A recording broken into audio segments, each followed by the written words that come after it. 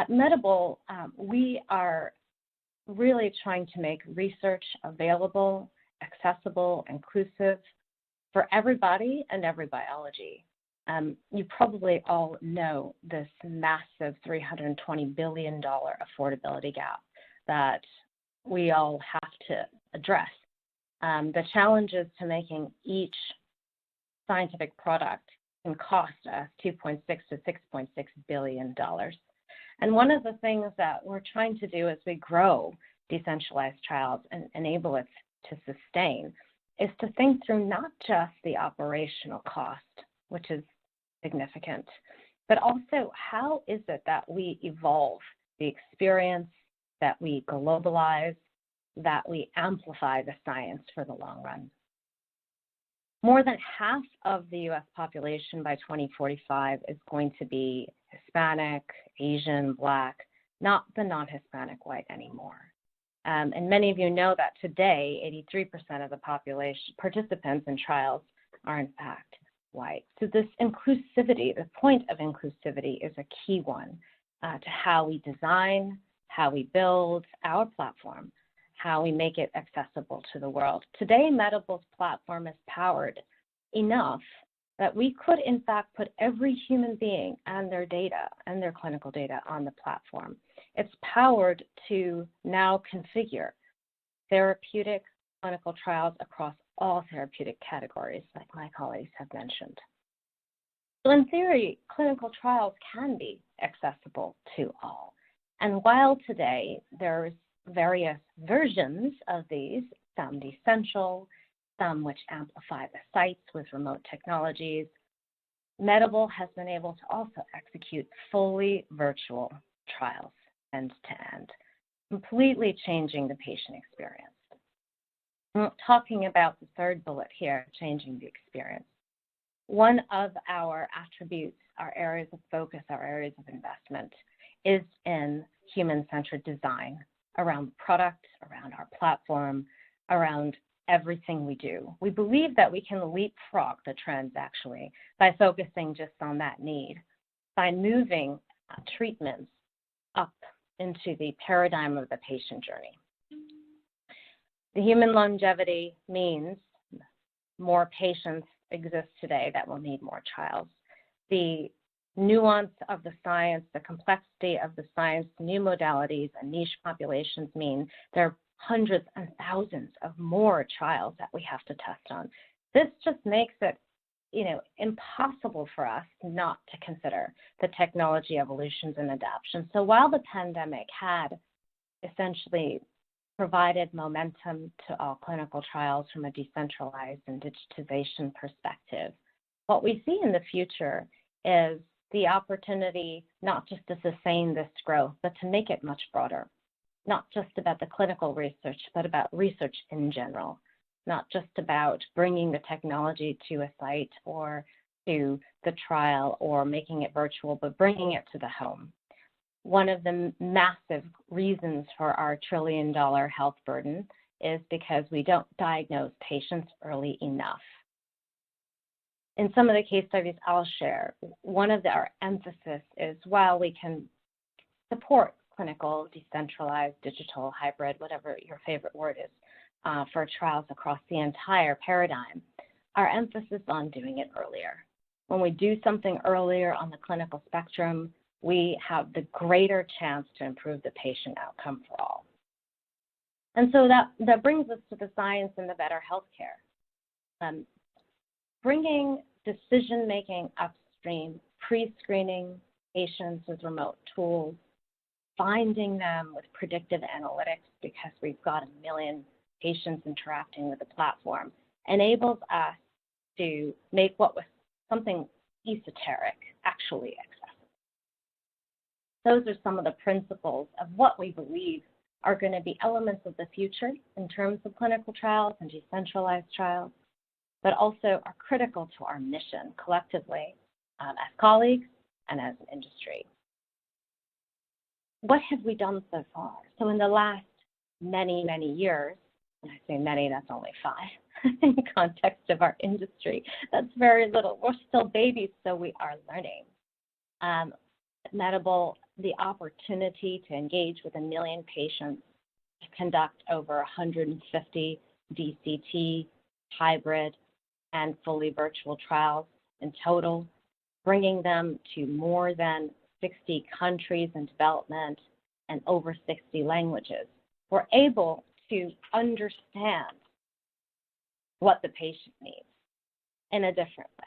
And so being able to see the actual differences between a trial that has remote components, a fully scaled, decentralized trial, and then a fully virtual trial is an incredibly compelling opportunity to understand behaviors and preferences. When we look at the delivery by phase, from a cost and operational perspective, our phase 2 and phase 3 assets that we put on our platform demonstrate, almost 30% increases in patient enrollment. We've got significant values and impact to the dollar. We're able to remove and site burden while amplifying current sites. These all to the top and bottom line of the industry. However, as we engage and we move forward with more long-term monitoring and long-term management of trials in phase 4, what we're able to understand is the actual behavior and preferences of the patient. The leverageable data in the moment that enables us to define and better identify symptoms, triggers, and other elements that, again, bring us closer up on the patient journey. And now, while we only have a few here, we're across every single therapeutic category. I think my colleague made a very good point. The reality is that these technologies across trials can and should be applicable to all therapeutic categories. They don't always replace the site, but they can if appropriate.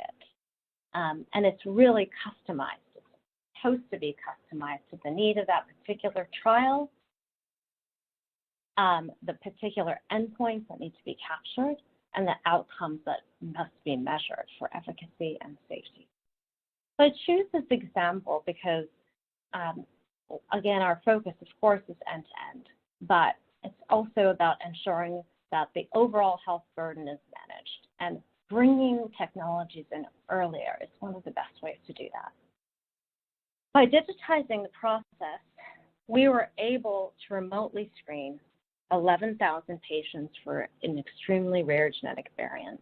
At the time, this seemed like an enormous challenge when we talked to our sponsors, but our ability to problem solve and leverage the technology enabled us to reduce eligible patient enrollment from 2 years to just 1 year. So over the course of 1 year, we were able to recruit and screen these 11 patients in record time. We moved from 100 sites to 25. And this resulted in an estimated $20 million savings for our partner and sponsor. And we try our best, although it's difficult, to understand the cost implications of all of the components of the DCT offering across our platform. When we look at the journey and what we can deliver across the platform, in terms of pre-screening, the statistics tell us that we're moving in the right direction. Of course, it's highly variable because therapeutic categories are very different. And in this case, when we look at a completely rare population, we're going to have much greater impact on certain points of the patient journey. But collectively, leveraging our work at Wearable, as well as our relationships with our partners and broader research, when we look at the pre-screening capabilities, the ability to match clinical trials to the right patient, finding patients sooner, telehealth and services, site applications, ePros, eCOAs, diaries, and we add them all up, our estimates demonstrate that we can, in fact, across multiple therapeutic areas, have a $600 million impact to that total $2.5 billion number per product. This is something that I personally have researched even prior to Wearable, and it's just one singular instance, a singular research study that demonstrates that if we truly want to bring medicines to all people, we believe that the scientific funnel needs to be managed, then we must continue the effort in decentralized trials. So if I were to just quickly reflect, trying to be a little more broad because my colleagues have gotten well into good detail, what the trends are, that's the topic of this webinar. We might think about the most important one, which is leveraging the untapped data. The studies across a platform, the end-to-end ability to manage the patient, gives us real-world data from the moment, in the moment, every step of the way. Some of this is, as an example, Wearable continues to work and collaborate across multiple academic centers, nonprofits, looking at global registries of how patients are managing in remote circumstances to understand the opportunities that exist for us to build beyond where we are today. I think in terms of the second trend, this convergence, and I'll borrow from Reid Hoffman for a moment, of the bit and the atom. This convergence of science and technology is best exemplified by DCT. The opportunity for us to be so involved in the patient experience, leveraging biomarkers, biology, genetic testing, and everything else to improve the quality and efficacy of medicines is something at least I never imagined I could do when I was the director of a pharmaceutical portfolio a decade ago. And now we're here.